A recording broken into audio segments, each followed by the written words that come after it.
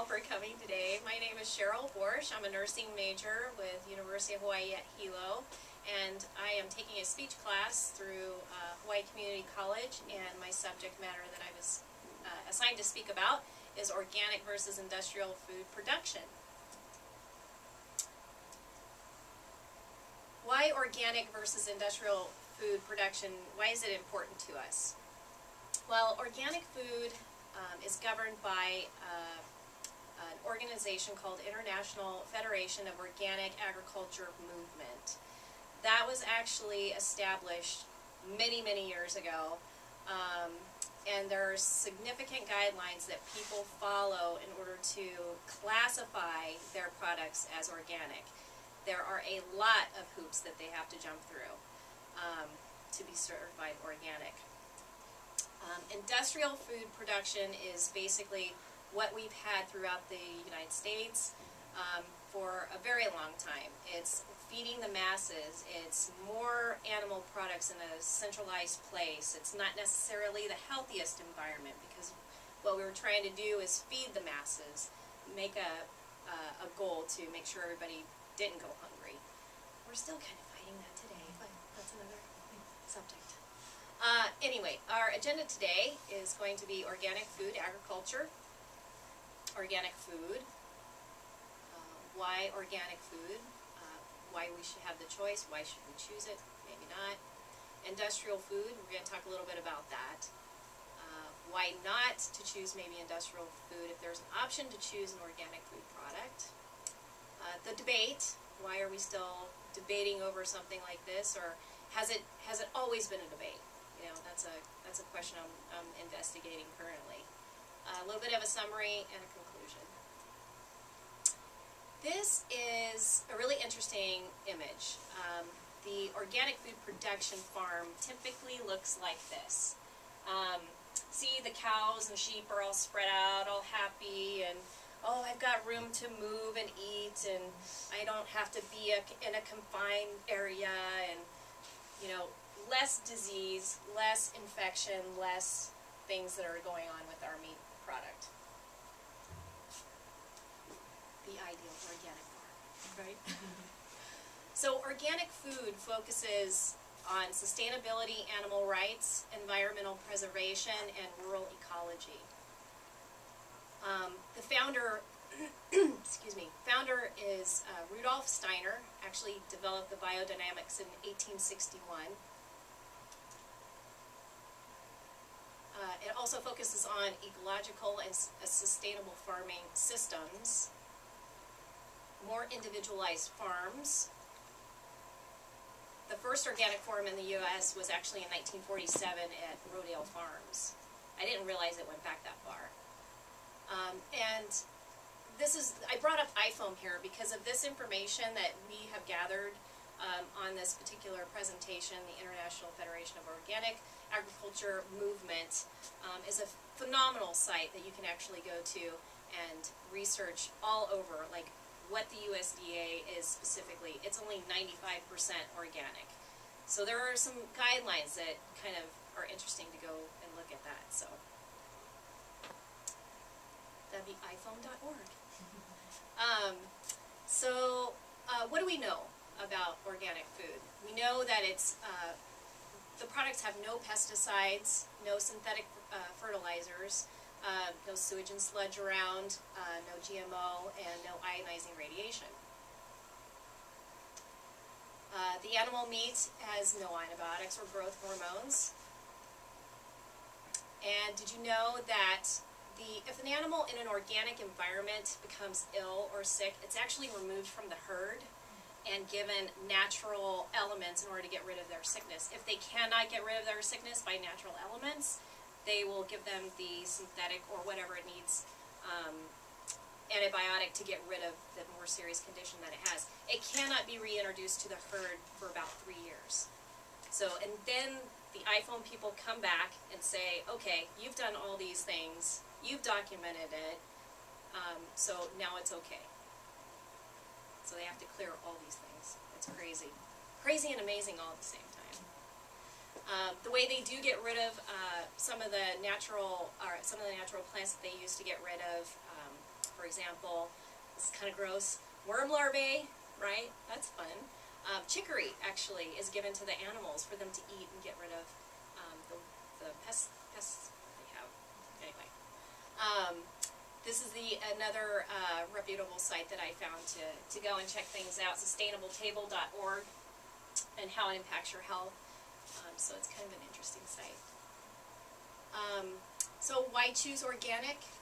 There are significant studies by UC Davis that actually identify choosing a better pesticide-free organic products actually can help sustain your life long term. So that's another resource to go and check out.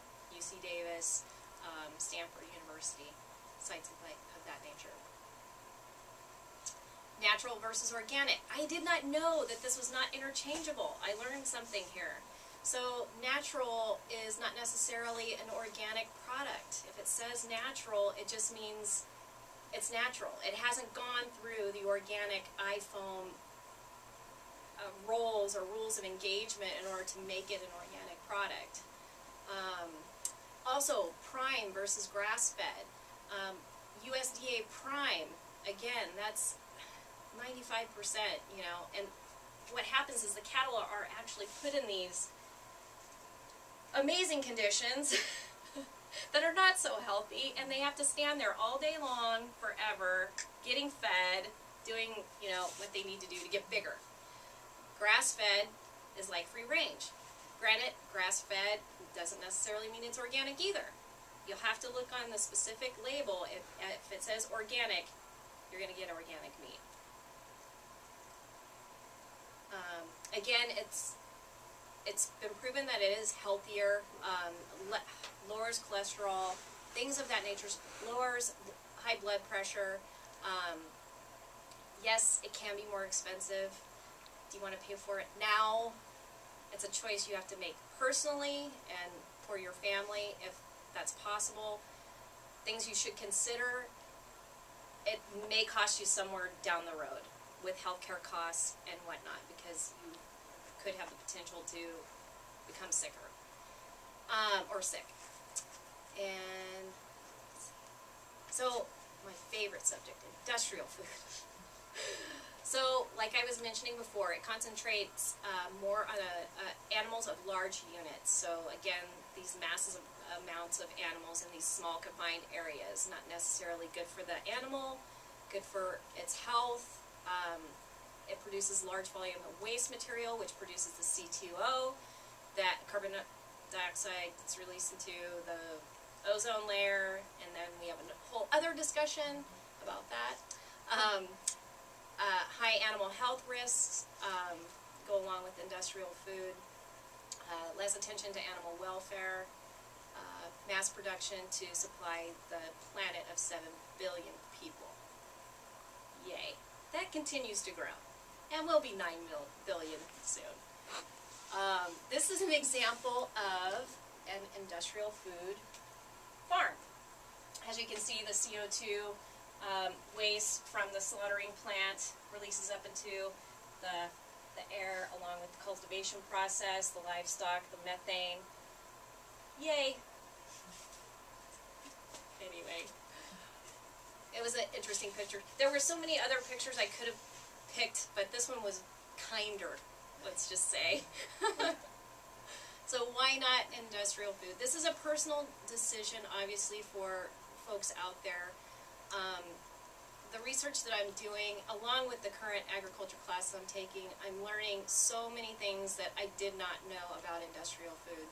The additives to make the product bigger, larger, to feed the masses, the antibiotics that are given to the units themselves. You know, why do we have all these bacteria-resistant diseases now? Is it because our animals and our products that we eat, they're giving these antibiotics, and then all of a sudden the diseases figure out, ooh, I can beat that.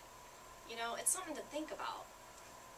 Anyway, food safety, cleanliness, genetically engineered, genetically modified things. I was talking to another classmate, and she actually did a presentation on GMO, And she brought it up to me that it was really interesting that GMO has been around forever. It's been around for a really long time. Whenever we first started planting crops, that's what we did. We modified. Now it's just become a more evident issue. The hormones, again, that are added to our meats out there, and pesticides. Recombinant bovine growth hormone is given to our cows in order to help produce more milk. So cows are milked 360 days out of the year, and they're pregnant most of the time. They have hormones fluctuating throughout that time. They're given the growth hormone in order to stop a utter infection that happens throughout their milking process, and it's called mastitis. So when they're given this, they actually increase the insulin-dependent growth factor 1. That is a whole other chemical that is in the milk. Now, through the pasteurization process and all that, I'm not sure. I didn't find any information that says that all goes away. So it might be of note to check out almond milk or soy milk or something like that, just to kind of throw that out there. Anyway, there's a lot of stuff that goes on that I didn't realize was happening. Anyway, so this is what I thought of when I thought about not industrial food. I don't want my chicken to look like that. Oversized, not natural. You know, there's something just not normal about that. At any rate, that's a personal choice you have to make, but just something to consider. Again, why not industrial food? The food becomes denatured, breaks down, not necessarily healthy for you. Shortening the lifespan potentially of you, your family. Nobody wants that. Everybody wants to live longer and healthier and happier. That's the whole goal. We have a huge obesity rate. We have a huge heart disease rate, high blood pressure rate, all throughout our healthcare systems. I'm just saying maybe we should look at some things to maybe change it, or, you know, make it a little bit more healthier. We know the diabetes epidemic is huge as well. So the debate. Can the organic farms keep up with the population of the 7 to 9 billion people? Industrial food organizations say no. There's no way that can possibly happen. The organic farms, they could if everybody started adopting maybe an organic farm type of mentality. So if I grow my own stuff and I feed my own family and I pay less and worry less about everything that's being put into it. It can become healthier. I feel like the industrial food industry could become healthier. It's like moving that big aircraft carrier. You know, it's not going to happen overnight. It's going to take like years. But if we make decisions and write our Congress people, maybe, you know, who knows. Healthcare costs, we know that they're of a big concern that we have going on now. So anyway, in summary, organic food, it focuses on care, health, ecology, and fairness, both to the animal product and food product that you're eating. I like that personally. Organic farm individualization, you know, I think farm to table is fantastic. Support your local farms, start growing your own stuff, you know, or have your own animals, you know, whatever. Industrial food agenda, you know, I'd love to see that become more healthier if we can make it happen. Antibiotics, additives, you know, we just got to consider all that.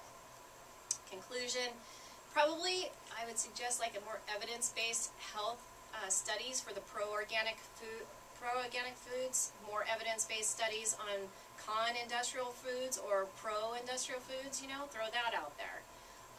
Make the ultimate choice, you know, make it hit home with the industrial food people to where they are standing up going, wow, and they're not buying our stuff. What are they doing? Okay. And make the choice for your health. Decide, is it worth the cost for you? Or come up with your own ways of doing things. That's just a phenomenal thought in itself. And then what's your health worth? Thank you, everybody. Anybody have any questions?